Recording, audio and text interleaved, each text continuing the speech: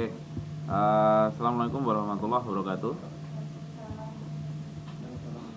Kita awali dengan berdoa. Doa saya persilahkan.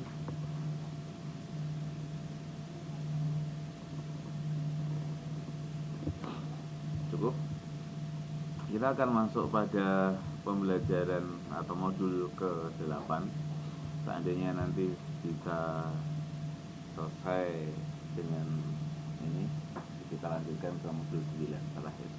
Tapi seandainya nanti tidak cukup, ya kita tambahkan di PTM online di hari Jumat Allah. Ya, meskipun jumlah pertemuannya kan 8 kali ya. Hari ini yang ke-8 pertemuan terakhir di kelas kita, tapi kalau belum selesai ya nanti bisa kita tambahkan di hari Jumat Allah. Oke, silakan dibuka di modul 8. Nah, modul 8 ini tentang penjadwalan jangka pendek ya. Penjadwalan jangka pendek. Nah, nanti kita akan mempelajari ada 4 kegiatan belajar. Yang pertama adalah penentuan jumlah titik layanan, kemudian penentuan urutan pekerjaan, kemudian model penugasan minimasi dan maksimasi. Oke, kita bahas satu-satu.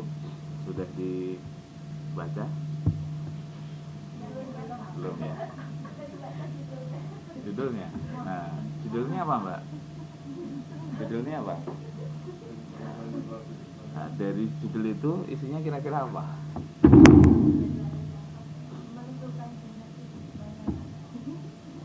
Oke. Nah, di sini yang kegiatan belajar pertama adalah penentuan jumlah titik layanan. Ada berapa jumlah layanan yang mau disediakan. Nah, di sini ada 2 tipe penjadwalan. Kita menjadwalkan seperti ini nih, kita hari ini ada TTM kan dijadwalkan. Ada kelas manajemen operasi di sini, ruang apa itu, kemudian mata pelajaran yang lain ada di situ. Ya, itu kan jadwal ya. Nah, ini juga sama jadwal, tetapi nanti ini penjadwalan di kegiatan manufaktur pada umumnya.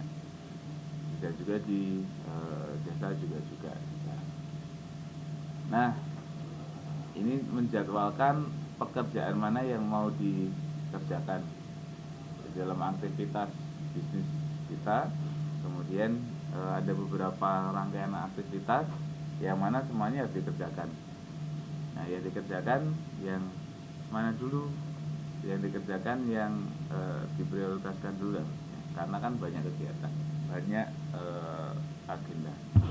Nah,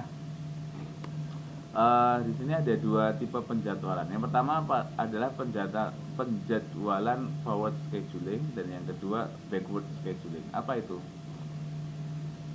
forward scheduling? Backward scheduling apa itu? Ya, yang keras, nggak apa-apa, Mbak Silma.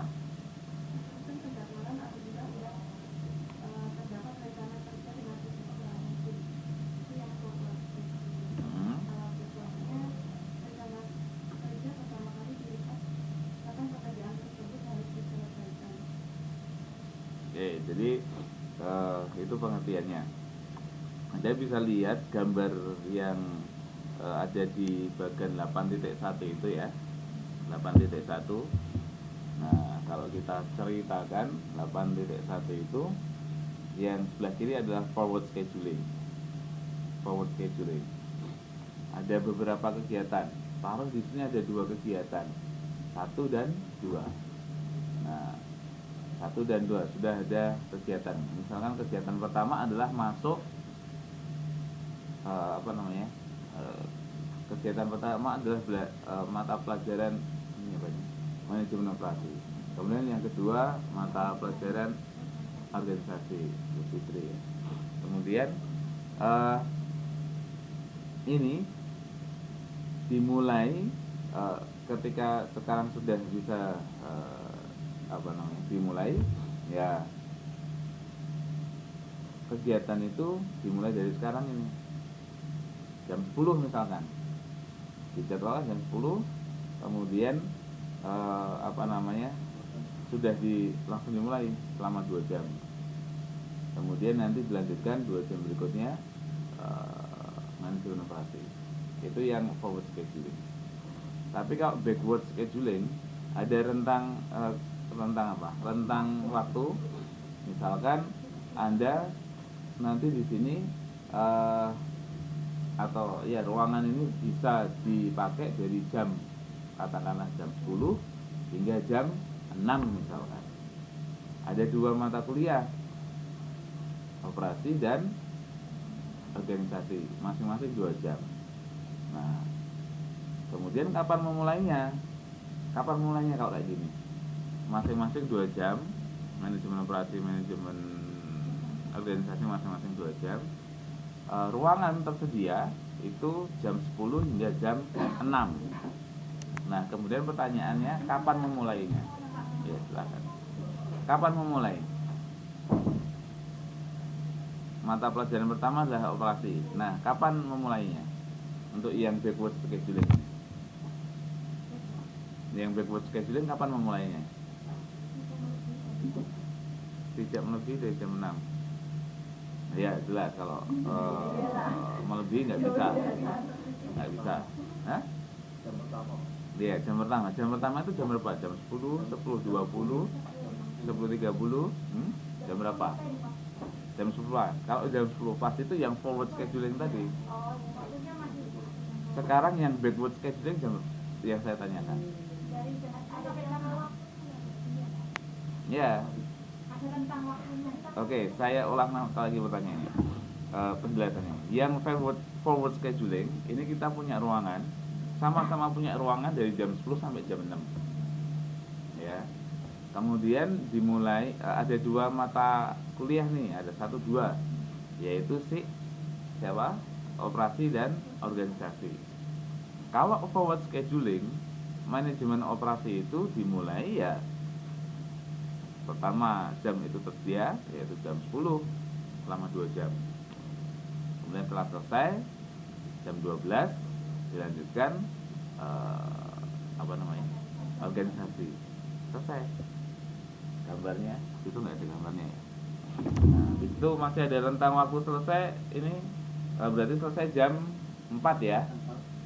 Habis itu jam 4 sampai jam 6 masih ada sisa, ya sudah selesai, pulang, ibarat kata gitu. Itu yang forward scheduling. Kalau yang backward scheduling itu ya boleh waktu istirahatnya duluan kalau lihat gambarnya ini. Kemudian baru dimulai sesuai jam perkiraan dari selesai waktu kontraknya di sini jam 6, kemudian dihitung mundur, backward kan mundur. Nah, kira-kira jam berapa manajemen operasinya? Operasinya jam berapa? Jam 2, jam 3. Nah. Jam 3 jam 4, jam 3 jam 6. Oke. 2 jam ya. Nah, terus mungkin ada opini lain tadi Mas Arik. Jam berapa operasi sama organisasi? Enggak ngitung waktu istirahat. Enggak ngitung waktu istirahat. Ini yang forward, ya. Ini 2 jam untuk yang operasi. Setelah operasi selesai, kemudian ini 2 jam ya. Berarti ini jam forward maju. Jadi dari sekarang kemudian maju. Ini jam 10 hingga jam 12. Ya kan? Ini yang manajemen operasi. Kemudian habis itu dilanjutkan jam berikutnya yang organisasi. Ini jam 12 hingga jam 14.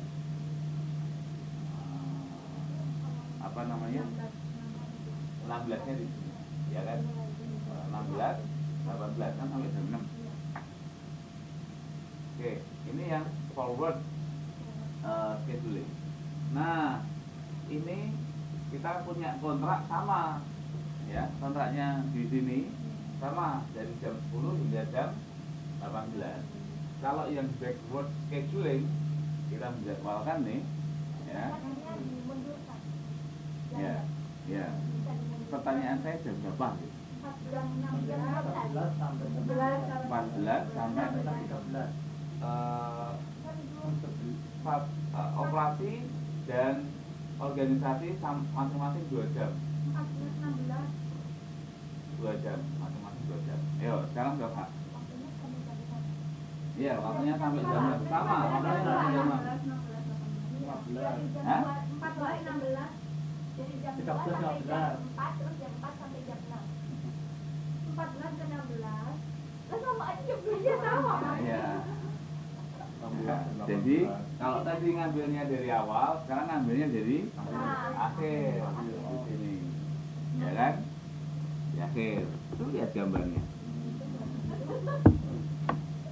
Nah, ngambilnya di akhir. Maka kemudian di sini manajemen organisasi dulu. Berarti sampai sini jam 16 kan butuh waktu 2 jam. Nah, kemudian sebelum itu 2 jam juga punyanya operasi. Ini jam 14. Nah, setelah di sini mungkin leha-leha persiapan atau apa. Kalau di sini dia kerja dulu, kuliah dulu, habis itu selesai pulang atau apa kayak gitu. Jadi tadi udah tepat, cuman hitung waktunya saja, bukan dari jam 1 sampai gitu. Tuh, karena butuh waktu itu bedanya ya. Jadi kalau yang backward scheduling, saya terakhir itu sampai kapan kontraknya di sini, maka saya akan menghitung gitu. Atau Anda punya tugas nih yang kemarin saya post terakhir dikumpulkan besok, atau sudah saya revisi, boleh lah hari Rabu, kan saya revisi. Ada yang bilang belum bisa, saya ada target kabar sana, terserah lah. Nah, kemudian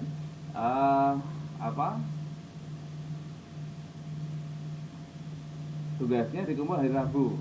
Saya memperkirakan bisa mengerjakan itu kan hari Rabu pukul 23.59 ya, saya tulis ya. Saya bisa memperkirakan itu saya membuat dalam waktu 2 jam misalnya. Nah, maka saya akan mengerjakan tugas itu pukul berapa? Jam 10. Jam 21.59 kan gitu. Kalau pakai backward scheduling. Tapi kalau Anda pakai forward scheduling, saya habis ini ada free.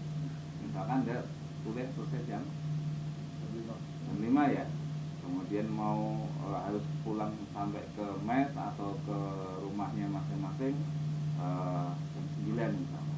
Di sini jam 5 udah selesai, kemudian langsung saya kerjakan saja. Nanti sampai rumah masih dikasih tugas macam-macam sama majikan, udah saya kerjakan aja sekarang. Nanti di mana, di bawah sana atau di KMI sana Anda kerjakan terus tugas montage saya. Nah, dari jam 5 tadi ya, jam 11 perkiraan waktu sama, ini 2 jam mengerjakan, maka selesai jam 19 Anda pulang. Itu yang forward scheduling. Kalau yang backward scheduling, Anda mengerjakan besok pada hari Rabu. Kalau yang forward scheduling mengerjakan pada hari ini, Ahad. Jelas? Siap. Hah? Enggak aja ini. Mix scheduling. Salah teori yang di sini enggak ada. Bisa saja nanti Anda menghitung ini. Ya. Nah, kemudian ini tadi di judul adalah kita menentukan berapa jumlah titik layanan. Berapa jumlah titik layanan. Jadi fasilitas layanan tahap tunggal, jalurnya tunggal. Nah, tolong dikasih pengertian apa itu tahapnya tunggal, tahap fasilitas layanan tahapnya tunggal, jalurnya tunggal.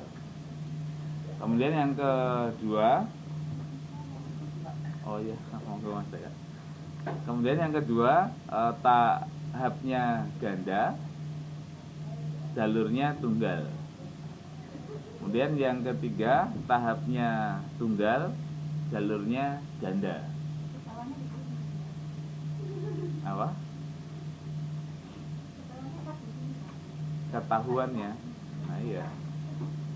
Kemudian tahapnya ganda, jalurnya ganda.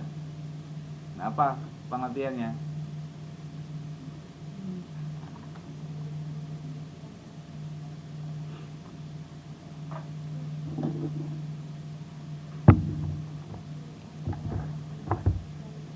Silakan dibaca dulu.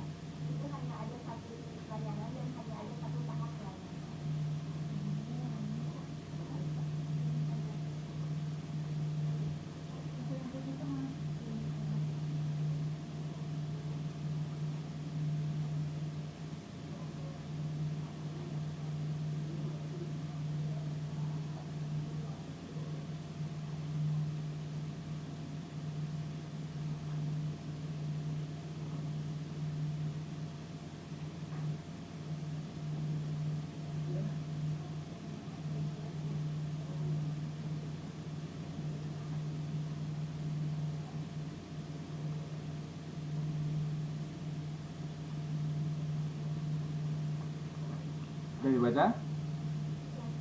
Sudah?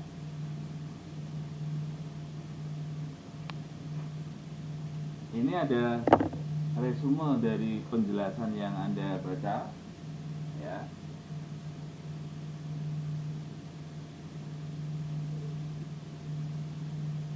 Saya gambarkan. Di situ kan ada penjelasannya ya. Saya nggak baca, tugasnya baca. Nah, ini kan ada 4 tuh, ya.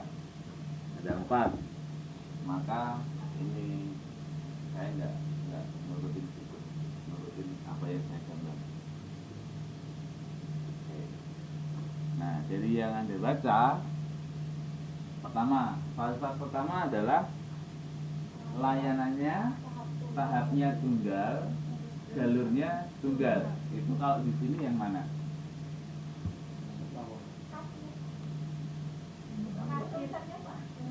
Ini kasir 1, kasir 2. Ini kasir 1, kasir 2, packing 1, packing 2. Oke, sebentar.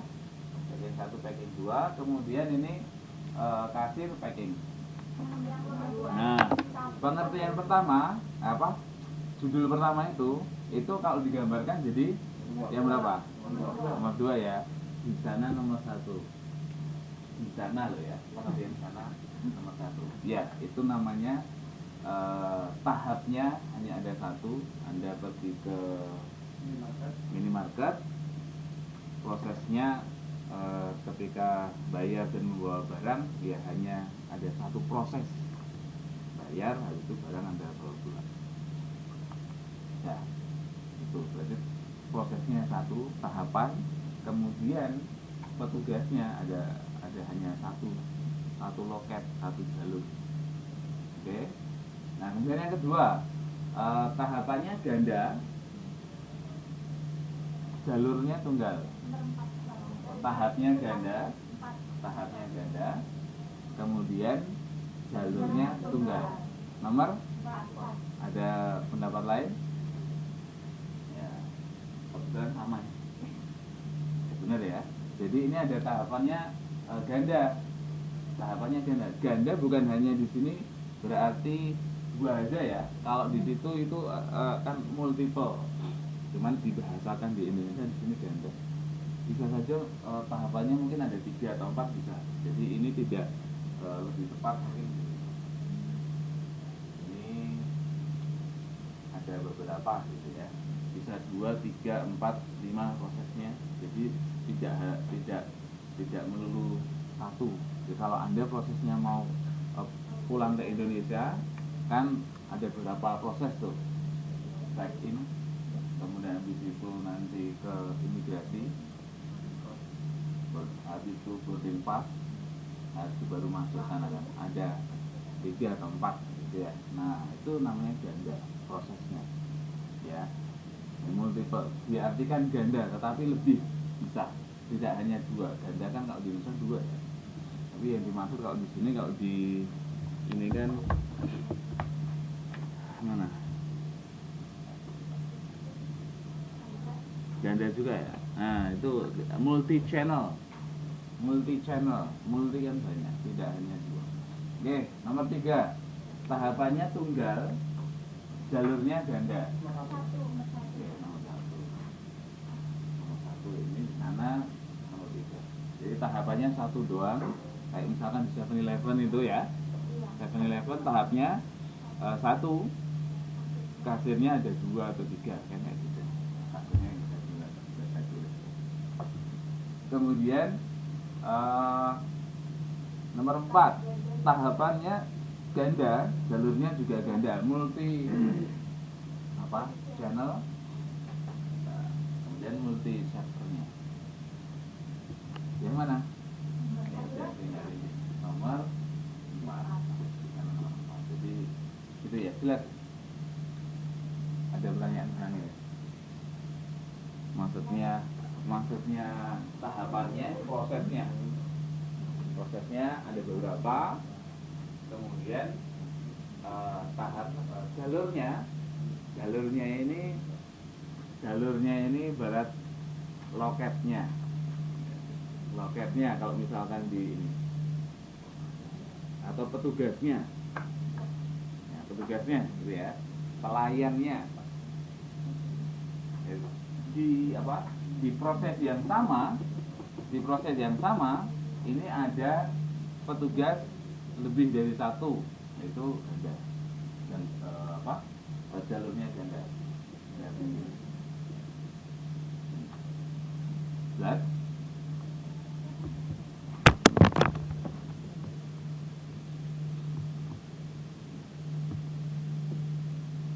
Oke, kita akan melakukan penghitungan ini.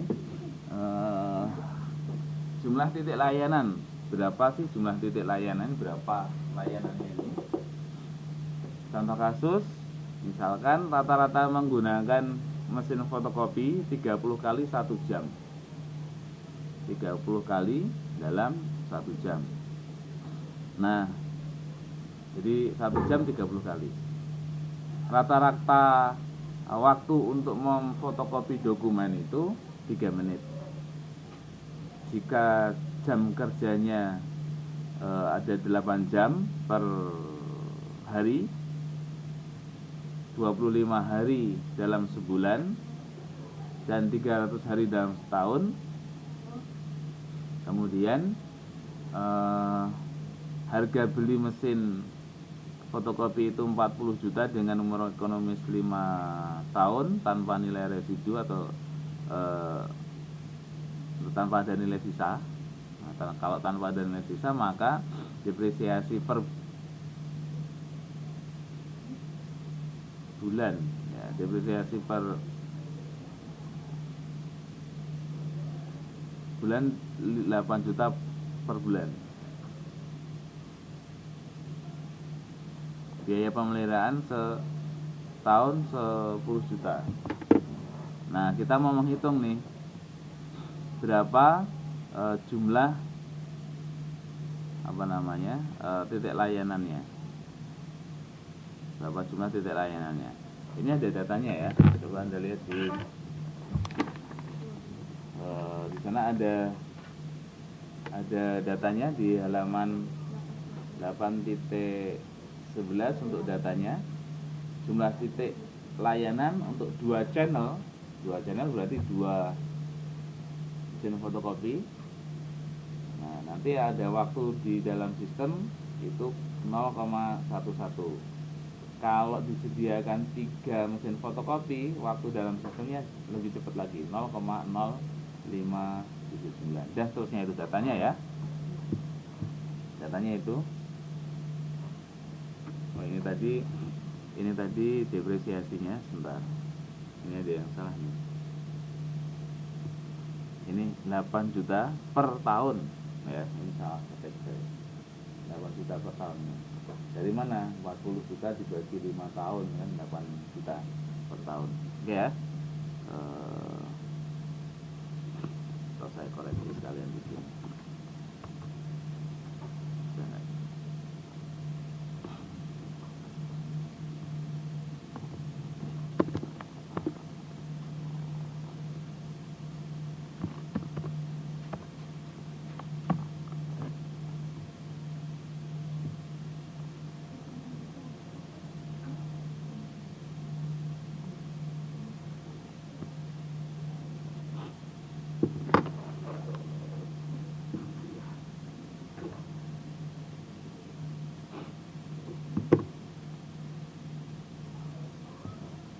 Ini datanya.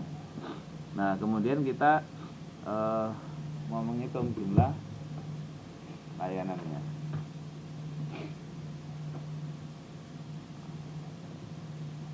Data kedua ada pada tabel 8.2. Itu ada channelnya, kemudian waktu per jamnya. Nah, kemudian dari waktu per jam itu kita bisa nyari waktu per hari sama waktu per tahun, karena tadi di depan udah ada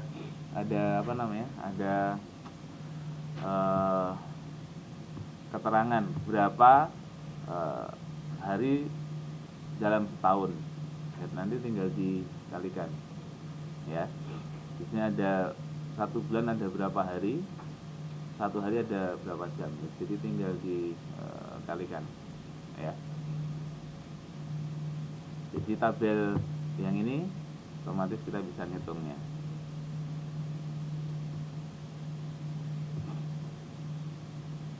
Nah, kemudian biaya per jam tadi datanya berapa? 15.000 ya.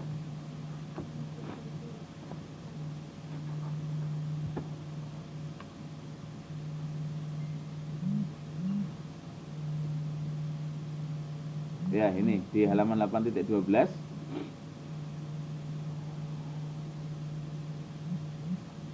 Setelah dihitung per jamnya, maka ketemu 15.000 per jam. 15.000 per jam. Dari data yang ada, kita dapat ketahui bahwa para staf sekretaris itu rata-rata memperoleh gaji 3 juta per bulan. Nah, karena 1 bulan rata-ratanya kan bekerja 25 hari, Sabtu Minggu nggak dihitung, atau Minggu nggak dihitung ya. Minggu nggak dihitung, 30 hari kurangi 5 hari Minggu, 25 hari. Jadi Senin sampai Sabtu bekerja. Maka itu sama saja, dia kerjanya adalah digaji 3 juta dibagi 25 hari. 1 harinya gajinya 120.000. Tadi disebutkan 1 hari ada berapa jam kerja?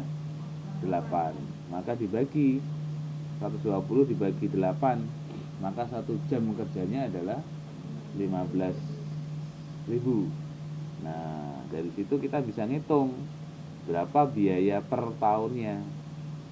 Dengan cara gimana? Kan ada waktu per tahun tadi yang sudah kita hitung juga, dikalikan biaya per jamnya. Ini waktu 1 tahunnya ada berapa jam ya.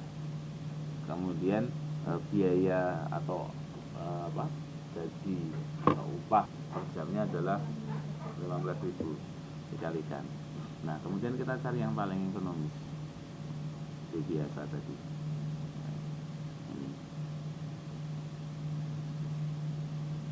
Oke.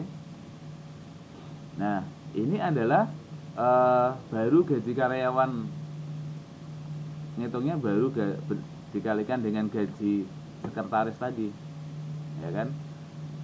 Ini kan biaya atau upah yang dikeluarkan untuk membayar sekretarisnya tadi. Tapi ingat di sini ada mesinnya, ada 2 mesin, 3 mesin, dan seterusnya. Kalau dengan 6 mesin ya jelas ini akan yang lebih ekonomis karena waktu pengerjaannya jadi lebih cepat karena ada 6 mesin fotokopi. Upah karyawannya masih sama ini, masih sama. Nah, ya, cuman kita belum ngitung apa? Ngitung berapa biaya untuk beli mesinnya. Ini di biaya untuk beli mesinnya, satu mesinnya 18 juta ya tadi ya. 18 juta, kalau 2 mesin jadi 36 dan seterusnya. Sehingga total biayanya yang dikeluarkan ditambahkan untuk gaji karyawan, kemudian beli mesinnya atau biaya perawatannya, biaya tetap untuk sebuah mesin halaman 8.10 halaman 8.10 biaya tetap untuk sebuah mesin itu 18 juta. Kalau 2 mesin 36 dan seterusnya ya. Nah, maka ditambahkan 36 tambah 123 ketemunya sekian dan seterusnya. Kalau tadi tanpa ngitung mesin, maka yang paling murah adalah 6 channel. Tapi setelah ditambahkan dengan biaya tetap operasional mesin, maka channel yang paling ekonomis berapa? Yang paling ekonomis kita menyediakan 3 jumlah mesin fotokopi kayak gitu, karena yang paling sedikit ini. Jadi kombinasi kita sudah hitung berapa untuk biaya operasional mesinnya, listrik ini kan mesin fotokopi. Mungkin ada maintenance-nya juga. Nah, kemudian juga gaji karyawannya itu. Nah, yang paling ekonomis ini. Saya pikir penghitungannya sederhana karena tinggal ngalihin ini. Kemudian cari yang paling minimal. Gitu ya. Oke, kemudian kita lanjutkan ke kegiatan belajar 2. Menentukan urutan pekerjaan. Jadi dalam sistem melayanan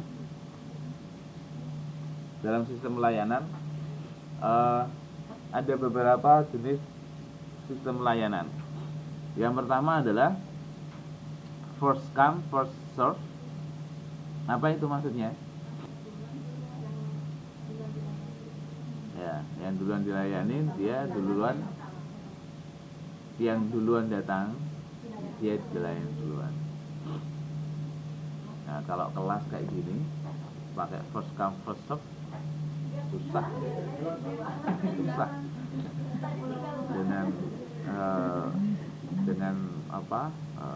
sistem privat first come first serve susah. Nah, kalau dia datang duluan tadi bagus 2 jam pulang dia, habis itu langsung datang lagi yang susah yang ngajar ya. Nah, maka klasikal kalau di dalam.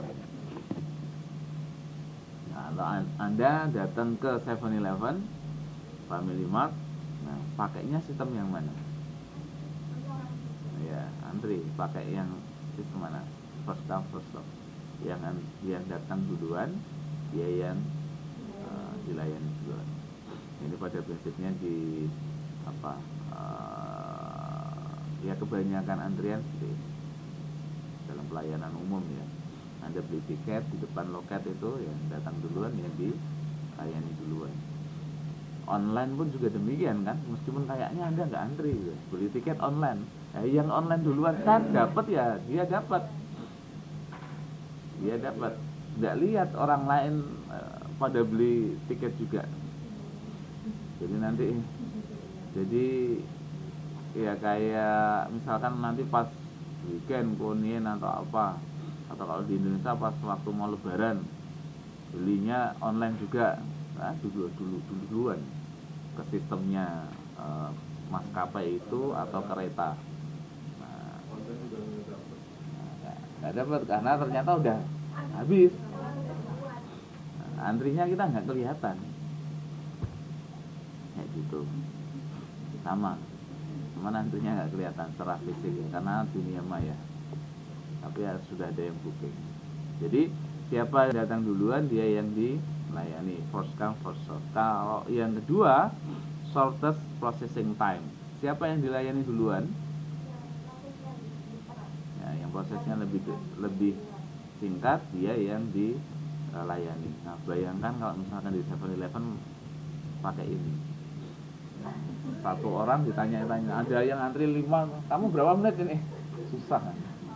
Saya 2 menit, 3 menit, 1 menit. Nah, 1 menit cuma maju dulu. Nah, gitu. Susah. Jadi ini nanti biasanya tidak langsung berhubungan dengan orangnya, dengan kliennya atau customernya. Sudah berhubungan dengan barang ya gitu, dia bisa mati. Kalau di sini nanti dicontoh ngitung resep ya, itu ya apotek, ngitung resep. Oh, resep ini harus meramu. Kalau yang ini tinggal ambil yang kapsul-kapsul tablet sudah diambil, tinggal kasihkan ke pasiennya. Tapi ini masih diramu, tumbuk. Nah, ya itu. Nah, itu nanti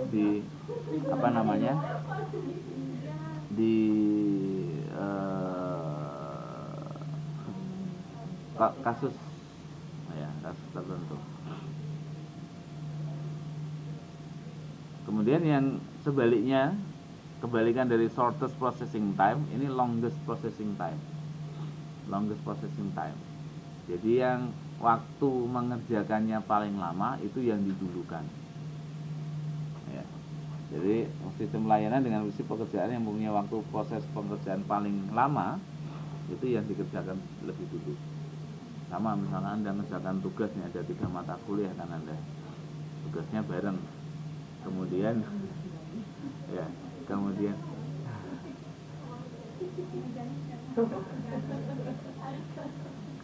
Anda memilih kira-kira ini yang waktunya paling lama yang mana nih, itu yang dikerjakan dulu. Jadi waktu pengerjaannya loh ya, bukan waktu jujit. Nah, kemudian yang ini tentang jujit, earliest jujit ya, sistem pelayanan dengan prinsip pekerjaan yang deadline-nya itu paling dekat. Nah, Anda kerjakan duluan. Misal Anda punya tugas mata kuliah manajemen operasi, tugasnya dikumpulkan hari Rabu, misal ya ini ya. Ya. Kemudian yang manajemen organisasi dikumpulkan hari Kamis. Kemudian yang satu lagi apa? Pemasaran dikumpulkan hari Jumat. Nah, mana yang dikerjakan duluan kalau berdasarkan konsep earliest due date? Dulu, karena deadline-nya, tagihannya lebih dulu. Seperti itu contohnya. Oke. Nah, sekarang ini dari keempat jenis pelayanan tadi, kita mau ngitung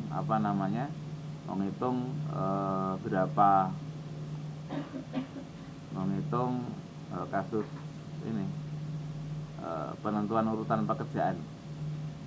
Ya, ada beberapa resep dari 6 pasien. Ya, ini waktu perkiraan prosesnya 60 menit untuk yang A, B 15 menit, C 30 menit, D 20 menit dan seterusnya ya. Ini datanya ini. Oke, sudah bisa dilihat di halaman 8.21. Ini datanya itu. Nah, kemudian urutan pekerjaannya ngerjakan resep yang mana dulu berdasarkan 4 jenis pelayanan tadi. 4 jenis pelayanan. Tadi ada ini ada urutan ketika menerima resep 1, 2, 3, 4, 5, 6 dari 6 pasien. Urutannya ya sama ini, A, C, D, E, F. Nah, si apoteker akan mengerjakan yang mana dulu berdasarkan beberapa konsep. Oke ya, kita lihat kalau pakai first come first serve, yang datang duluan yang dilayani, dibuatkan obatnya berdasarkan resep tadi itu, maka gimana? Apakah sesuai nomor urut? Sesuai nomor urut. Ya. Jadi resep A, B, C dan seterusnya. Nah, kemudian ada konsekuensinya enggak? Apakah ada keterlambatan dan ketidakterlambatan? Ada. Ya, kita lihat ya. Kita lihat. Ini resepnya, kemudian ini datanya. Ini resepnya, dan ini datanya. Saya pakai kursor aja nanti biar yang lihat rekaman ya tahu. Kalau itu nggak tahu kan di sini kursornya nggak gerak kan, nggak ngerti dia. Ya saya di sini aja, nggak saya di sana. Enak berdiri. Nah ini resep A 60 menit. Janji selesainya ini ada keterangan janji selesainya nggak di soal? Enggak. Oh ini semuanya enggak, semuanya ini janji selesainya adalah 3 kali lipat dari dari perkiraan waktu ya. Jadi di sini keterangannya ya. Jadi waktu proses si apotekernya memperkirakan 60 menit. Ya. Nanti dia bilang tolong nanti datang lagi ke sini 180 menit kemudian. Nah, kayak gitu. Ya, dia ada janji selesai. Anda datang ke apotek kemudian, Mbak, maaf ini nanti datang lagi ke sini 180 menit lagi ya. Misalkan kayak gitu. Meskipun dia ngerti waktu prosesnya 60 menit. Nah, dia janjiin untuk datang lagi 180 menit. Ketika orangnya itu datang, pasiennya datang, kan udah selesai. Pasiennya nunggu enggak? Enggak. Oke. Kemudian proses resep kedua BB, waktunya 15 menit, dia janjiin 45 menit. 45 menit lagi datang ya. Nah, kemudian dia datang waktu di nah, selesainya resep kapan? Ya 15 menit dari resep A selesai. Ya kan, habis mengerjakan resep A, kemudian resep B kan. Resep A selesai pada waktu menit ke 60. Habis itu mengerjakan resep B. Ya kan? Resep B 15 menit. Berarti selesainya kapan? 75 menit. Nah, kemudian dia dijanjiin 45 menit selesai. Nah, ada keterlambatan alias si pasiennya menunggunya berapa lama? Aduh, keklik. Menunggunya 30 menit. 75 dikurangi 45 sama dengan 30. Jadi ini ibarat kata ini ada 6 pasien datang hampir bersamaan. Terus nanti kamu datang 180 menit lagi. Kamu datang 45 menit lagi. Kamu datang 90 menit lagi. Jadi hampir bersamaan. Menit pertama, kedua, 3, 4, 5, 6 gitu. Anggap bersamaan, kemudian urutan resepnya ya. Nah, kemudian yang C ini waktu prosesnya 30 menit ya. Maka dia selesainya kapan dikerjakan? Selesainya dikerjakan 75 menit ke 75 ngerjain resep B selesai. Kemudian habis itu ngerjakan proses C. Resep C 30 berarti 75 tambah 30 105. Dia disuruh datang menit ke 90. 3 kali 30 ya. 90. Maka dia nunggu berapa? 15 menit. Cara yang sama demikian seterusnya hingga sampai sini. Akhirnya keterlambatan pelayanannya adalah ditambahin aja ini 295 menit. Atau rata-rata keterlambatan atau rata-rata si karya pasien itu menunggu 49 menit. Jadi 295 dibagi 6. Meskipun yang A enggak terlambat, tapi karena rata-rata kan dibaginya jadi 49. Itu kalau pakai yang first come first serve, ya, first come first serve. Nah, gimana kalau yang SPT? SPT tadi apa? Shortest processing time. Nah, dilihat dulu. Nah, jadi ini nomor nomor urutan datangnya resep, tetapi dia apa namanya? Ya, ini nomor saja, nomor urutan pengerjaan ya. Nah, yang dikerjakan itu tidak berdasarkan mana yang datang duluan, tetapi yang lebih cepat waktunya. Maka dari data yang ada, diurutkan waktu prosesnya. Kalau tadi diurutkan A, B, C, D, E, F, kalau ini diurutkan waktu proses paling cepat. Maka 10, 15, 20 hingga selesai. 10 itu punyanya resep F. 15 menit punyanya resep B dan seterusnya ya. Oke ya, jadi ini F, B, D, C tahu dari mana? Tahu dari ngurutkan waktu proses. Jelas ya? Nah, kemudian dia janjiin sebelum 3 kali lipat datang. Nah, F selesai dikerjakan pada menit ke-10, si pasiennya datang pada menit ke-30. Jadi menunggu enggak? Enggak. Berarti tidak terlambat pelayanannya. Kemudian habis mengerjakan resep F, kemudian mengerjakan resep B selama 15 menit. Maka 10 tambah 15 berapa? 25.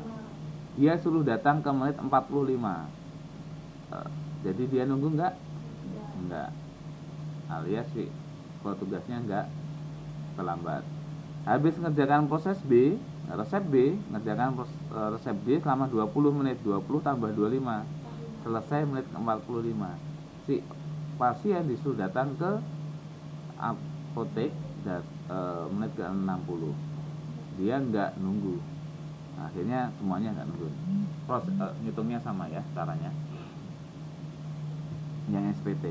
Kemudian yang LPT. Yang LPT itu longest processing time. Ini prosesnya kebalikan dari yang kedua tadi, SPT, shortest processing time. Diurutkan mana pekerjaan yang paling lama mengerjakan. Nah, kalau tadi dimulai dari 10 lah, sekarang dimulai dari 60 menit. 60 menit, kemudian diurutkan 45 dan seterusnya ya. Sehingga yang paling lama adalah AA. Paling lama kedua EE dan seterusnya. Nah, baru kemudian dihitung waktu proses pertama si AA selesai, dia disuruh datang menit ke 180, nggak terlambat. Kemudian waktu proses kedua EE ini 45 menit dimulai setelah proses pertama selesai, berarti 60 tambah 45 ketemunya 108. Dia disuruh datang ke itu 135. Ini belum terlambat nih. Belum terlambat ini. Copy paste yang FCFS.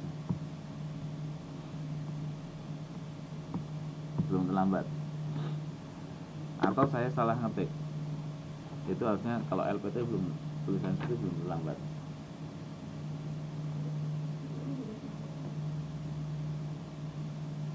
Empat lima kali 3 berapa? 145 ya, 135. Belum, berarti belum terlambat. Ya. Belum terlambat karena selesai 105, orangnya datang 135. Belum terlambat ya. Jadi 0 masih ya. Ini 0. Ya. Nah, kemudian yang C. Jadi salah itu. Salah, ya. yang 8.8 modul 8.8 bisa dikoreksi, itu belum terlambat yang kedua ya. Nah kemudian proses yang C ini tak kasih tanda ini pen, ini belum terlambat ya, tolong di ini. Nah kemudian 30 menit untuk mengerjakan resep C itu setelah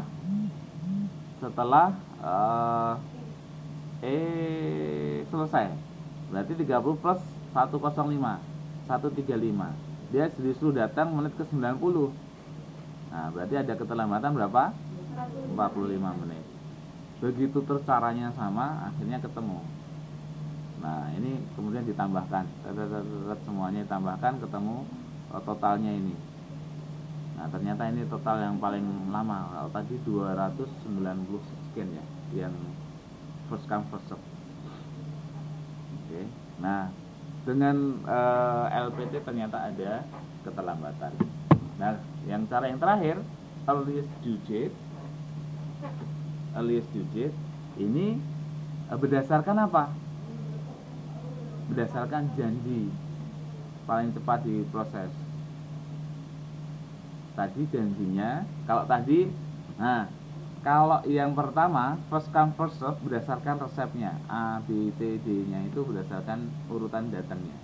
Kalau longest processing time dan shortest processing time berdasarkan waktu proses. Kalau earliest due date itu berdasarkan tagihannya atau deadline-nya, janjinya. Nah misalkan nih Anda nggak jadilah, contohnya nggak jadi, ini aja nggak jadi. Nah janji Anda janji selesai menit ke 30, menit 5 dan seterusnya. Nah kemudian diurutkan yang paling cepat selesainya atau yang janji terdekat. Nah janji terdekat itu yang mana? Itu yang diurutkan berdasarkan janji yang terdekat. Maka diurutkan ini menit ke 30 dulu, kemudian menit ke 45, menit ke 60 dan seterusnya. Jelas ya ini ya, urutannya berdasarkan janji selesai. Oke.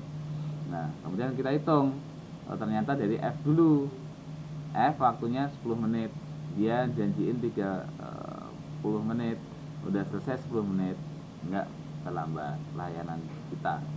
BB 15 menit, dia janjiin suruh datang 45 menit, selesai menit ke berapa? 10 tambah 15, 25, enggak terlambat. Kemudian DD selesai waktu proses 20, kemudian janjinya 60, selesainya berapa? 25 tambah 20, 45 menit, enggak terlambat dan seterusnya. Nah, jadi dari situ kita bisa memperkirakan kira-kira dalam kasusnya ini tadi, melayani resep tadi, yang baik menggunakan apa? SPT sama EDD. Karena membuat si pasien nggak menunggu dari janji yang disampaikan. Itu. Apakah semuanya harus sama dengan SPT dan EDD? Tidak, sesuai dengan kondisinya. Kayak misalkan di convenience store, Indomaret, Family Mart, 7-Eleven kayak gitu, ya lebih baik yang mana?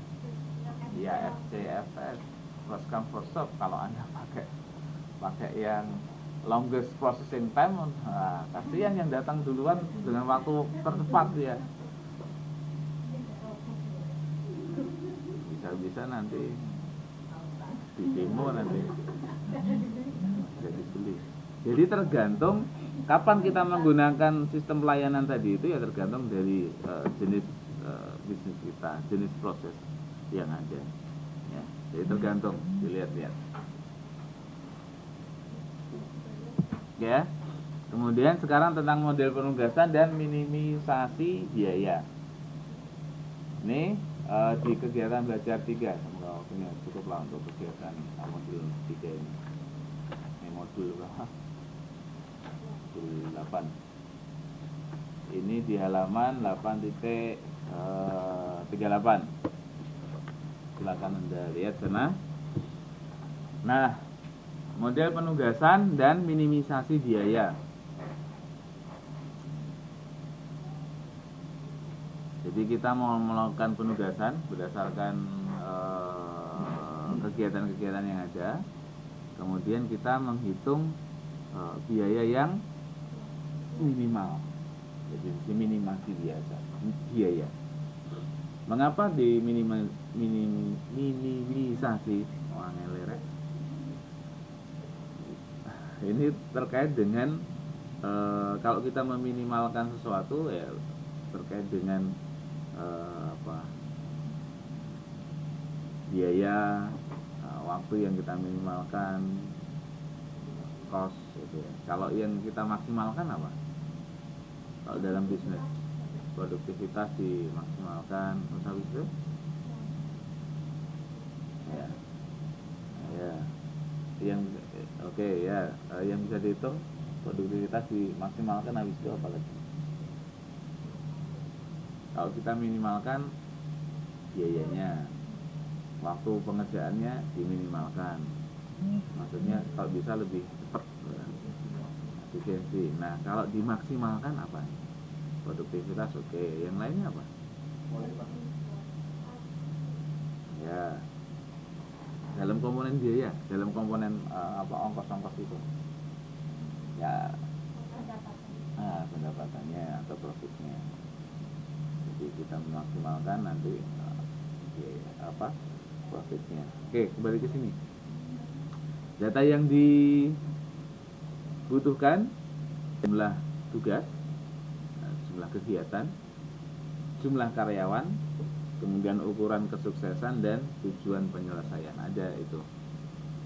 Ada 4 data yang dibutuhkan. Ini kayak main ini aja nanti. Main coret-coret aja enak.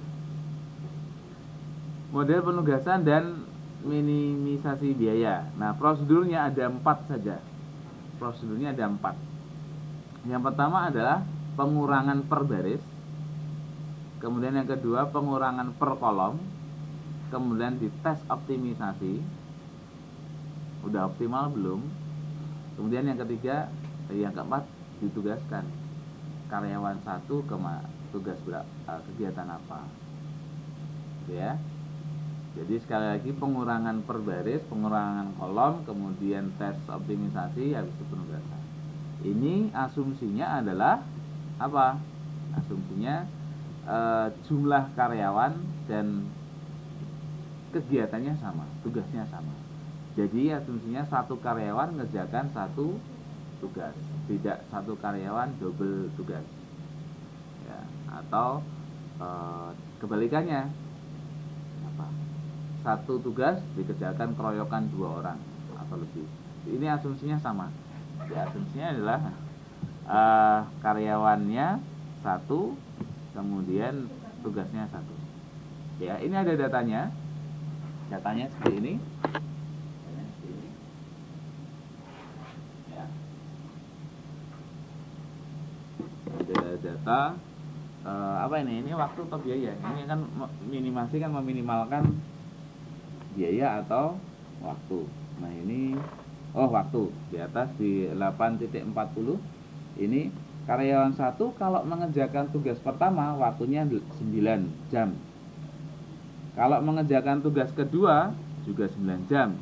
Kalau mengerjakan tugas ketiga 8 jam.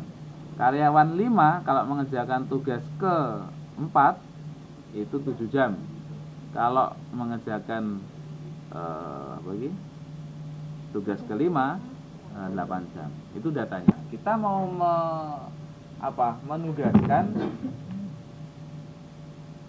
si A mengerjakan apa, tapi pertimbangannya waktu, sehingga ketika benar-benar ditugaskan cepat selesainya. Itu ada tekniknya ini. Tidak hanya misalkan ini ada 5 karyawan, 5 tugas, sudah kamu mengerjakan A ini, kamu kerjakan 1, tugas 2, tugas 3, tugas 4. Bisa saja itu nanti waktu tercepat memang. tapi bisa jadi itu waktunya paling lama karena kan nggak ngerti. Nah, maka supaya pasti fix, maka menggunakan teknik penugasan ini. Oke, sebentar, saya ngecek. Ya.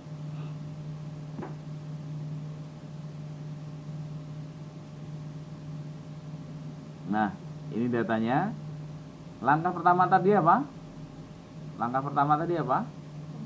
Pengurangan per baris. Jadi setiap baris ini dikurangkan dengan langkah-langkahnya ada di 8.40. Dilihat. Angka yang dipilih. Yang dipilih yang paling kecil. Jadi seluruh angka pada setiap baris tersebut dikurangi dengan angka yang telah dipilih. Yang dipilih adalah angka yang paling kecil. Di setiap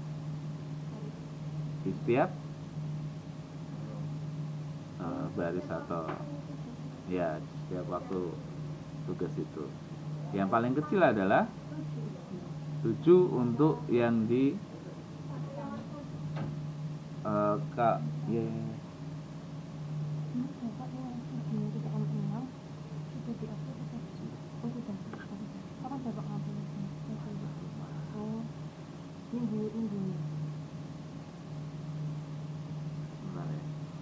minggu ini pertemuan ke-8 ya. Minggu ini saya ngupload ke 7. Berarti minggu kemarin. Minggu kemarin. Ini kita dulu kita tambah ya.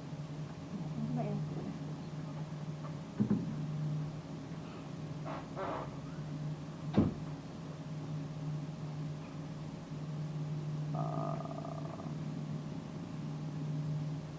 Sampai mana tuh? Sampai sudah rekam ya? Ya, sudah. Jadi untuk karyawan 1 paling minimal dia berapa menit? Karyawan 1 8. Karyawan 2 berapa menit? 7 menit, yaitu pada tugas ketiga dan keempat. Karyawan 3 berapa menit? 7 menit pada waktu ngerjakan ke 3 dan seterusnya ya. Nah, nanti dikurangkan dengan angka terkecil di tiap orang itu mengerjakan. Tiap barisnya itu ya. Sehingga langkah pertama dikurangkan dengan apa? Per baris itu ya. Kita lihat yang baris pertama yang paling kecil adalah berapa tadi? 8. Maka wah, kaget. Ya. 1 9 kurangi 8 1 yang 8 0 dan seterusnya. Ini jelas ya? Saya pikir jelas. Nah, kemudian yang kedua, pengurangan per kolom. Baca keterangannya di sana silakan. Pengurangan per kolom. Jadi hasil dari langkah pertama tadi pengurangan baris dilihat lagi sekarang. Perhatikan setiap kolom sama dengan langkah pertama, namun diterapkan pada setiap kolom. Kita pilih angka paling kecil setiap kolom. Nah, kolom ya, kolom vertikal. Kalau yang pertama tadi baris. Jadi yang kedua ini pengurangan per kolom. Ya. Jadi per kolom Anda lihat paling minimalnya. Paling minimalnya. Minimalnya berapa?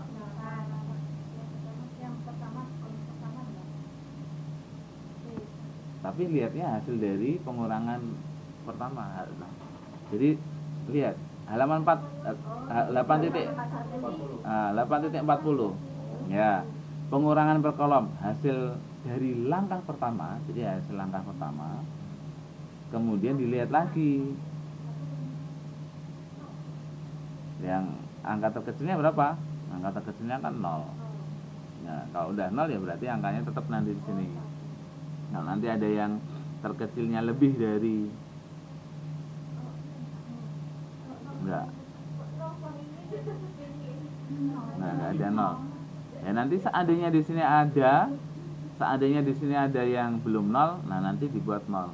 Jadi nanti kita mengukur optimisasinya, optimal atau tidaknya itu nanti di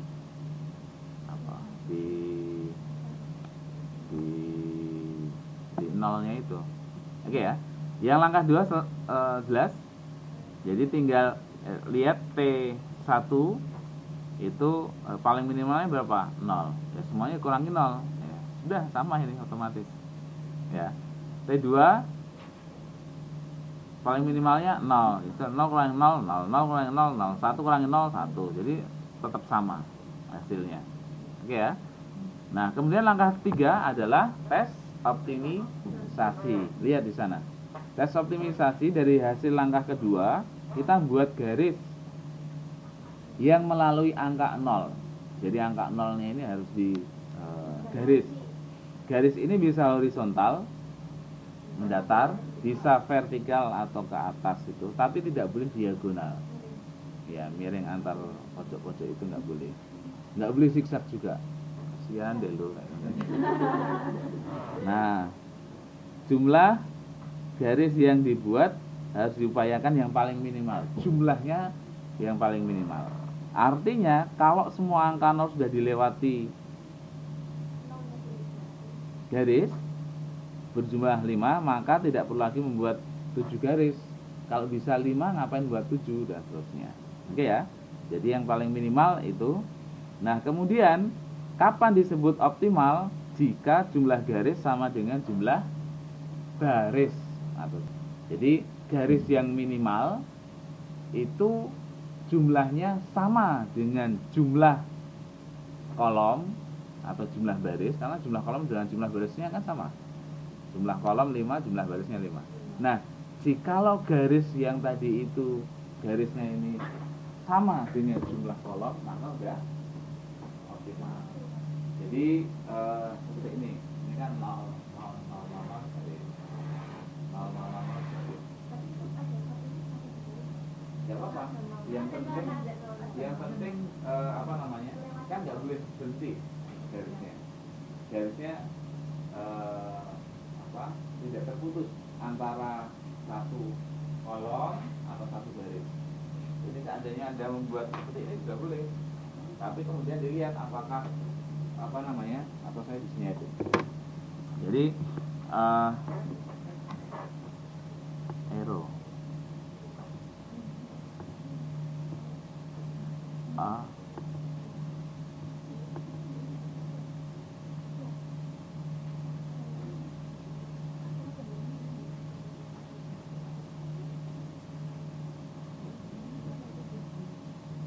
green. Nah, Anda buat garisnya vertikal nggak apa-apa, gabungan juga nggak apa-apa. Misalkan ini, nih 1 melewati 0, ini anggap aja melewati 0 ya. Oke, saya ulangi. Anggap, aduh, nggak ada garis ini.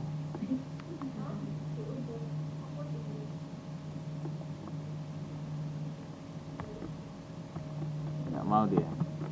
Anggap ini garis ke bawah ya.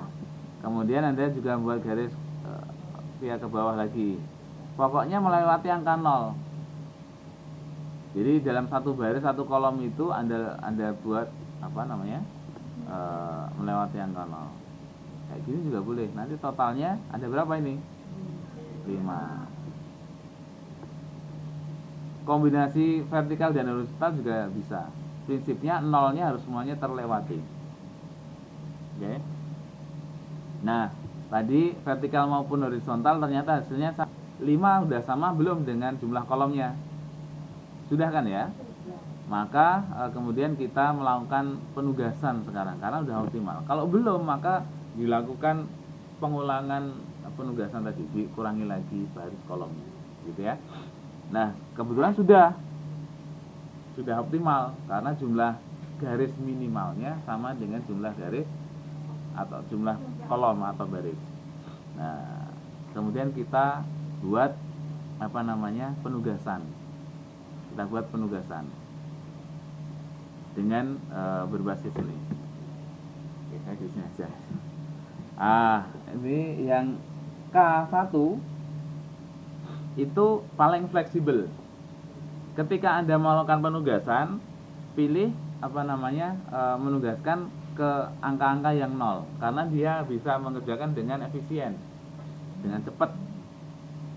Tapi kalau ada angka tidak 0, misalkan ini 1, dia tidak efisien mengerjakannya, tidak cepat.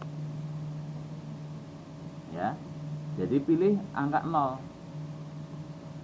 Karyawan yang bisa mengerjakan semua tugas itu karyawan berapa saja? Karyawan 1, karyawan 2, karyawan 4. Itu dia bisa mengerjakan semua tugas dengan efisien. Kalau karyawan 3 itu hanya bisa mengerjakan tugas dengan efisien untuk tugas berapa? Pertama dan ketiga. Tugas kedua, 4, 5 itu dia tidak efisien dibandingkan dengan karyawan yang lain. Dia lebih lama. Makanya kalau mau menugaskan, pilih ke karyawan yang tugasnya itu yang dikerjakan oleh karyawan yang mungkin tidak bisa efisien semuanya di semua tugas. Contoh karyawan 3. Karyawan 3 kan hanya bisa pertama dan ketiga, hanya bisa itu. Nah kalau Anda dulu kan yang karyawan 1, 2, nanti dia nggak kebagiannya di angka 1, nanti nggak efisien. Dulukan ke karyawan yang dia mempunyai mempunyai keterbatasan, di mana di tugas tertentu dia nggak efisien. Jelas maksud saya? Dahulukan karyawan yang mempunyai kemampuan lebih terbatas karena ada beberapa tugas yang dia kerjakan lebih lama. Oke, misal 3 dan 5. 3 dan 3, 4, 5. 3, 4, 5 ya. 3, 4, 5. Karyawan 1, 2 dia fleksibel, mau ditugas 1, 2, 3, 4, 5 dia oke saja. Nah, maka dia dahulukan yang 3, 4, 5. Silahkan. Si karyawan 3 bisa Anda kasih tugas 3, dia akan efisien mengerjakan. Bisa juga dikasih tugas 1. Kita coba ini sudah saya plotting ini kayak gini. Tapi bisa juga kita plotting misalkan karyawan 3 ini. Kelihatan nggak kalau nggak pakai merah? Coba tak pakai merah. Oke, karyawan 3 kita kasih ini tugas 1. Maka tugas 1 tadi ketentuannya hanya bisa dikerjakan oleh 1 orang kan? Maka tugas 1 ini nggak bisa dikerjakan orang lain lagi. Nah sekarang ke tugas 2. Tugas 2 hanya bisa dikerjakan oleh karyawan 5, karyawan 2, karyawan 1. Pilih mana? Pilih K5. Karena kalau Anda pilih K1, nah dia kan semuanya bisa. Nanti dia seandainya di sini ada 1, dia pilih K5 dulu saja. Siapa tahu dia ada tugas yang nggak bisa nanti. Nah kemudian tugas 3, tugas 3 mau siapa aja silahkan. Tapi lihat di situ ya, nanti kalau kemudian mau berapa silahkan K4. Nah kemudian tugas 3 dan 4 serah, mau kasihkan K1, kemudian karyawan 2. Nanti waktu waktu total pelayanannya berapa ya, ini dikembalikan. Silakan kalau yang di modul dan yang saya contoh di modul, karyawan 1 ngerjakan tugas 1, karyawan 2 ngerjakan tugas 2 dan seterusnya. Nah ini waktunya, ini total waktunya dikembalikan di data awal di tabel 8.17. 8.17 Anda lihat. K1 tugas 1 itu berapa waktunya? 9. Lihat tabelnya. K2 tugas 2 8 dan seterusnya. Maka total waktu yang diperlukan adalah 39. Harusnya loh ya, ini harusnya loh. Harusnya kita mengerjakan dengan urutan yang berbeda. Yang ini tadi yang merah-merah itu harusnya juga mempunyai jumlah yang sama. Harusnya coba aja sekarang. Siapa tahu beda. Coba aja. K3 mengerjakan tugas 1. Berarti berapa menit? 8 ya. Kemudian ya, jam tugas 2 oleh K5. Berapa? 8. Kemudian tugas 3 K4 7. Kemudian T4 K1 berapa? 8. Kemudian ini berapa? 8. Berapa ini? 8 kalau kali 5 kan 40 ya. Tapi ini ada 7 juga. Sama. Jadi mau di ini sama hasilnya. Asalkan menugaskan ke yang 000 tadi. Jelas? Jadi hasilnya juga sama. Jelas? Masih setengah jam lagi. Yuk istirahat semenit lah.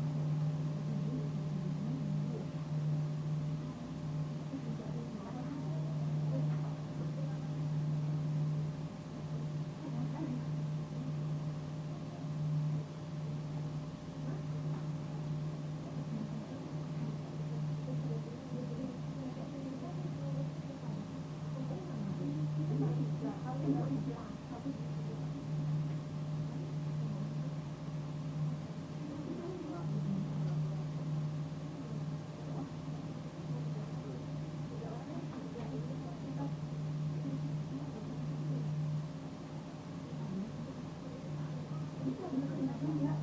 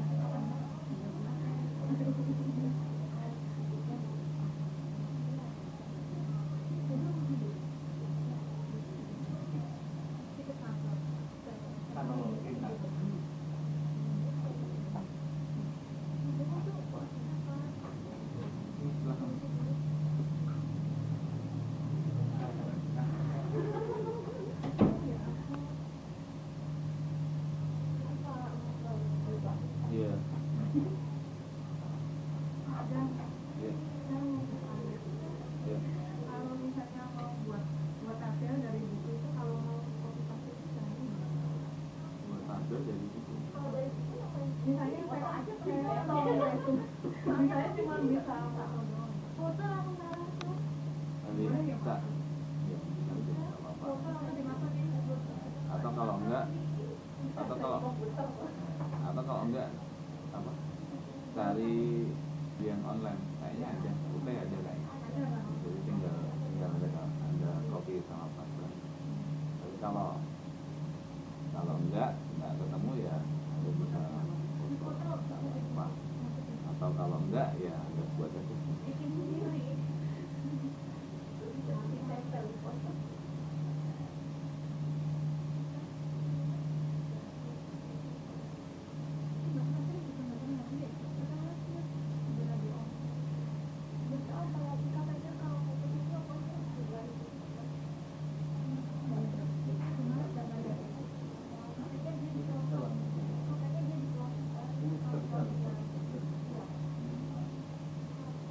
Gimana?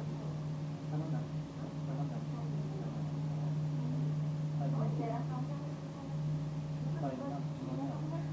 Oke ya, kita lanjutkan, masih ada 20 menit. Yang terakhir KB 4 adalah penugasan dengan maksimasi output. Tadi maksimasi yang dimaksimasi apanya? Yang dimaksimasi pendapatannya, labanya, omsetnya, marginnya. Prosedurnya sama. Hampir sama dengan yang minimisasi tadi. Prinsipnya hampir sama, ya. Tapi di sini ada satu langkah lagi. Yang pertama adalah dengan langkah pertama itu pengalian dengan -1. Langkah selanjutnya 2 sampai 5 sama. Pengurangan baris, pengurangan kolom, tes optimisasi, kemudian penugasan. Oke ya, kita coba. Ini ada data seperti ini, ya. Karyawan 1 kalau mengerjakan tugas pertama dia akan mendapatkan pendapatan sejumlah 20 ribu, ya. Jadi ini karyawan 1, kemudian tugas atau pekerjaan 1. Ketika mengerjakan tugas 1, karyawan 1 itu bisa mendapatkan 20.000. Mengerjakan tugas 2 atau pekerjaan 2, pendapatannya 25.000. Dah seterusnya, itu datanya ya. Nah, kemudian caranya kita lihat. Cara pertama apa tadi? Dikurangi. Itu kalau minimisasi. Ini maksimasi output, maksimasi pendapatan. Maka langkah pertama adalah dikalikan dengan minus 1. Kalikan semua. Maka hasilnya di sini semua data jadi minus semua. Ya kan? Dikalikan dengan minus 1. Oke, setelah dikalikan dengan minus 1 ini, langkah kedua adalah pengurangan per baris. Pengurangan per baris. Nah, tadi diminimisasi dikurangi dengan angka terkecil. Nah, di sini bagaimana? Silahkan dibaca itu. Dimaksimasi. Langkah kedua di halaman berapa? 8.5 53 54 udah mulai ya. 5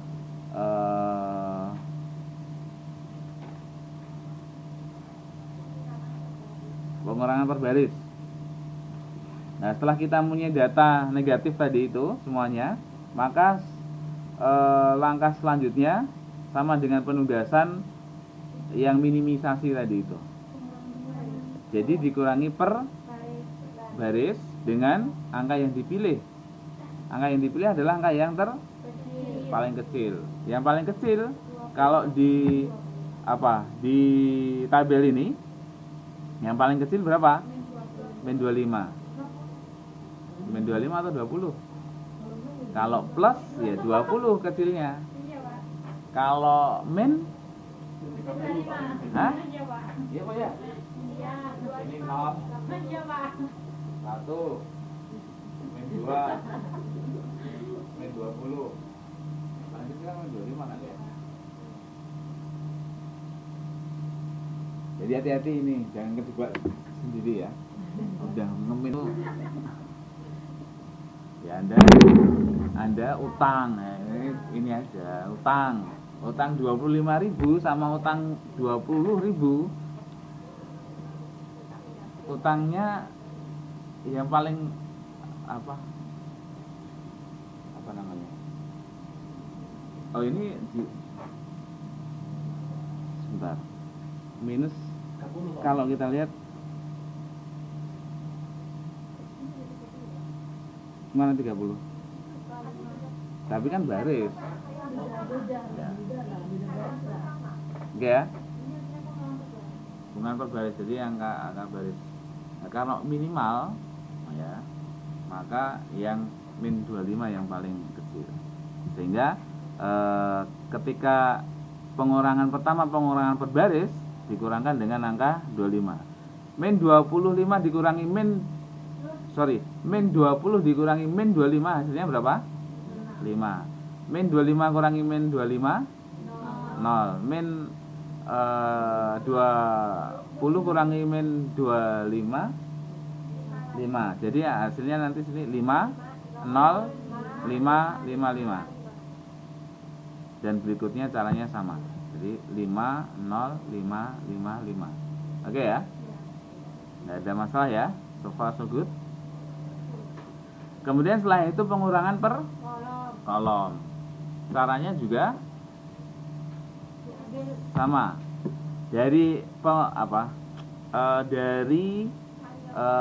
langkah pengurangan per baris tadi, ambil angka yang paling kecil. Kalau yang di sini dari hasil pengurangan per baris, ya. Kalau di sini P karena pengurangan per kolom ya nanti ya. Lihat kolom pertama P1 paling kecil berapa? 0. Berarti nanti hasilnya adalah sama ya, 5 0 0 0 0 ke bawah. P2 masih sama, ada nolnya, nanti 0 5 5 10 0. Nah, kemudian P3 PPP ini Paling kecil berapa? 5.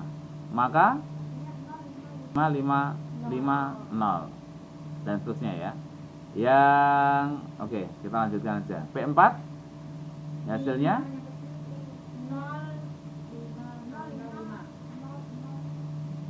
oke, P5 oke, kita lihat yang di tabel berikutnya pada kolom P5. Hasilnya adalah 0, 5, 5, 5, 0 nih ya. Oke ya. Ya, sudah. Oke. Jadi ini hasilnya. Nah, kemudian langkah kedua adalah langkah selanjutnya adalah tes optimisasi. Caranya adalah menggaris semua angka 0 sehingga terlewati semua, tetapi ada syaratnya. Supaya optimal adalah syarat optimal adalah jumlah garis minimal itu sama dengan jumlah kolom. Jumlah garis sama dengan jumlah baris. Jumlah garis sama dengan jumlah kolom. Jumlah garis, ini garis ya, itu harus sama dengan jumlah kolom atau sama dengan jumlah baris. Karena jumlah baris dan kolomnya kan sama. Ininya 5, ininya 5, ya kan? Oke. Nah, kita lihat nih di garis secara vertikal, secara horizontal. Jumlah garisnya berapa? 5. Sama enggak dengan jumlah kolomnya? Sama. Pertanyaannya, apakah ini adalah cara paling cara menggaris dengan jumlah garis paling minimal? Dan nyata kalau dicoba dengan teknik yang lain atau cara yang lain, ternyata bisa melewati semua angka 0 dan jumlahnya lebih kecil, yaitu hanya 4, ya kan? 1, 2, 3, 4. Nah, lihat di layar. 1, 2, 3, 4. 2 vertikal, 2 horizontal. Boleh digabung. Tadi saya bilang boleh, ya. Dan jumlahnya dengan jumlah kolom enggak? Berarti belum optimal. Jadi jumlah minimalnya adalah 4, sementara jumlah baris dan kolomnya 5. Enggak sama, sehingga belum optimal. Nah, harus disesuaikan. Kalau gitu. Cara penyesuaiannya gimana? Karena belum optimal, maka ada perubahan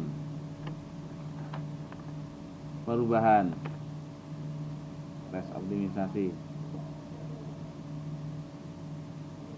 Perubahannya gimana?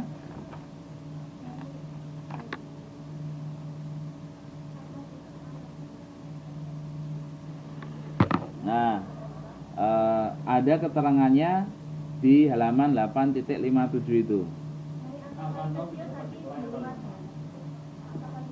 Jadi yang kena garis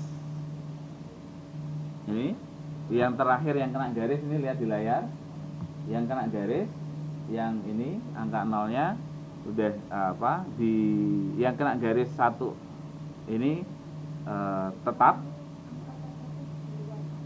Kemudian yang yang kena garis perpotongan, nah nanti dikurangi gimana?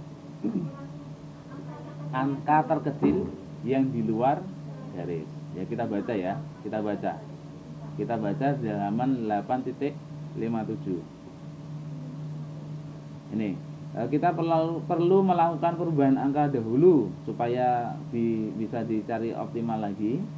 Nah, kita cari angka paling kecil di antara angka yang berada di luar garis. Yang angka yang paling di luar garis berapa? 5. Oke, kita pilih angka 5. Kemudian angka yang berada di dalam satu garis dibiarkan saja. Angka yang di dalam satu garis yang mana? Ini satu garis atau dua garis? Ini 2 garis. Yang satu garis ini 0, 0. Ini 2 garis. Ini 1 garis. Jadi ini ya. ya. Jadi angka yang berada di dalam satu garis, yang kena coret satu garis, biarkan saja. Tapi angka yang dilalui oleh dua garis, pertemuan dua garis tadi, kita tambahkan dengan angka yang kita pilih. Yang kita pilih tadi berapa? 5. Jadi nanti di sini 5 tambah 5 sama dengan 10. Di sini 0. Ini 0. Tetap ya, ini 0 dan seterusnya. Oh, di sini 0 tambah 5 sini. 5. Oke. Kemudian yang di luar garis gimana? Di luar garis dikurangkan dengan angka dipilih tadi. Jadi 5 kurangi 5 0. 10 kurangi 5 0. Sorry, 5 kurangi 5.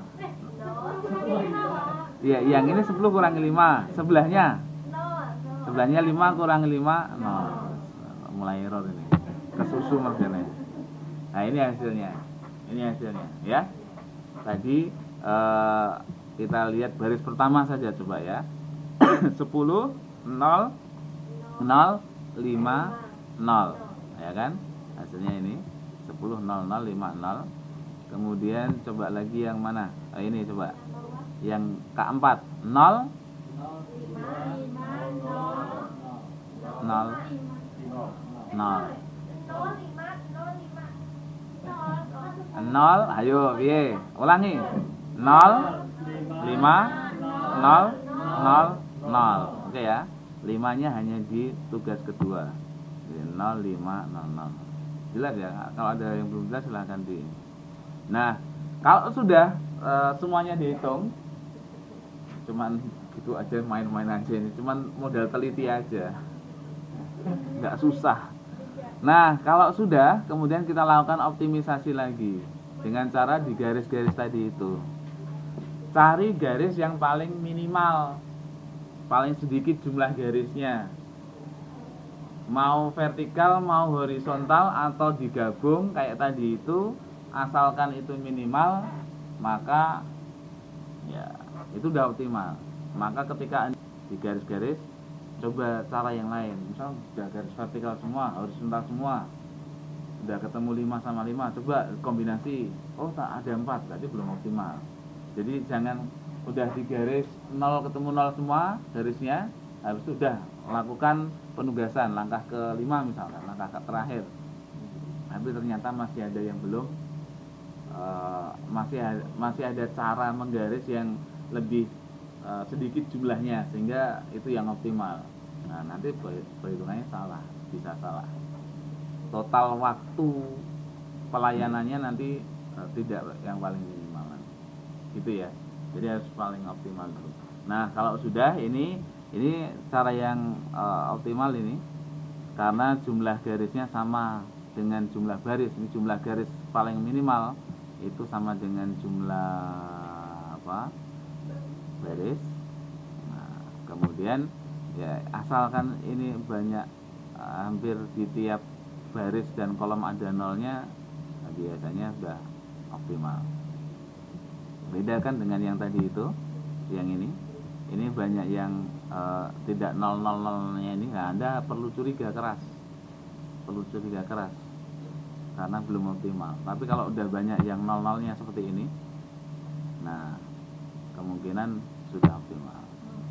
Nah, kemudian caranya tadi itu, tempatkan karyawan mana yang yang paling tidak fleksibel. Karyawan yang paling fleksibel adalah karyawan berapa? 3, hanya 3. Hanya K3 saja. Maka cari yang paling tidak fleksibel. Karyawan pertama, pekerjaan pertama hanya bisa dikerjakan oleh K2, 3, 4. Pilih salah satu.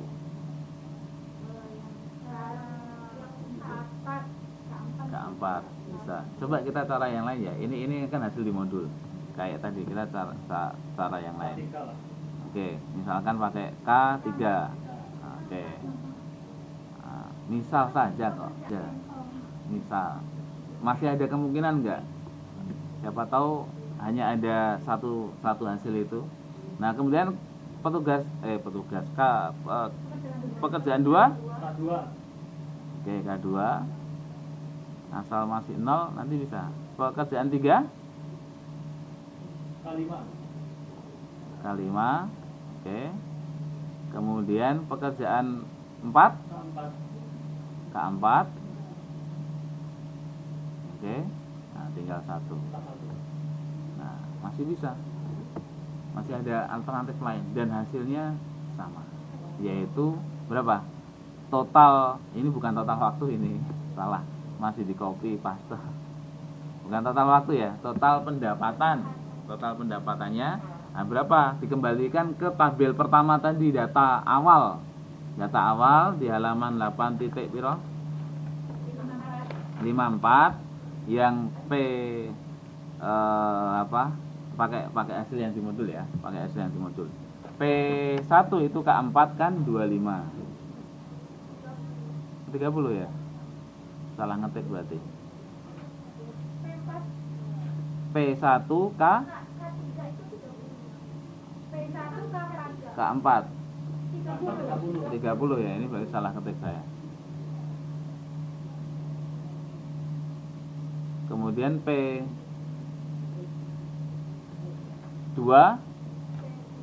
K1 K1 berapa? 25.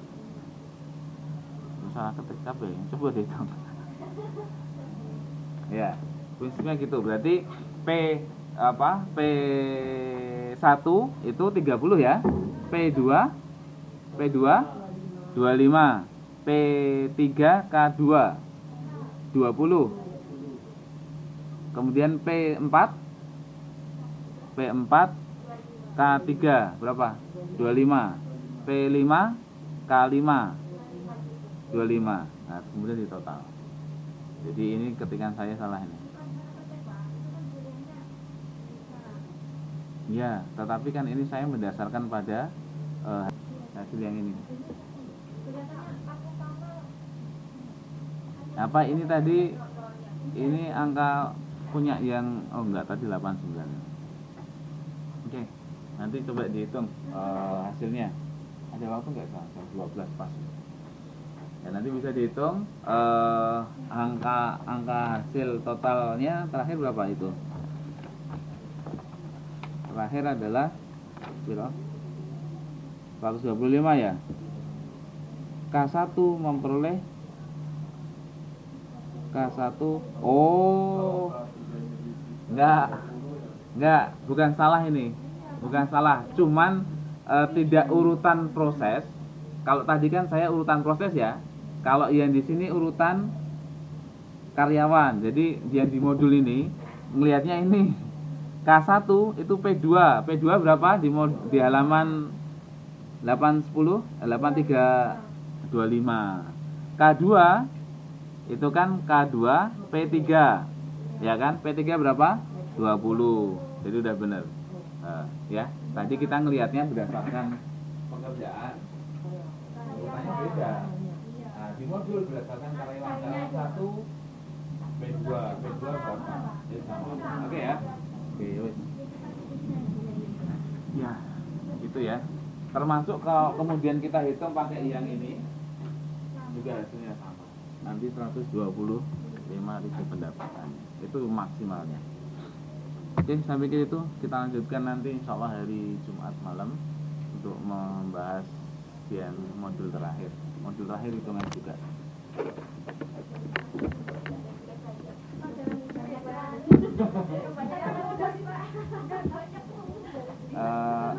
Apa?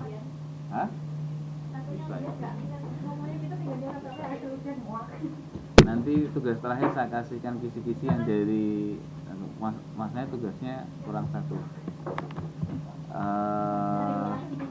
Nanti tak kasih kisi.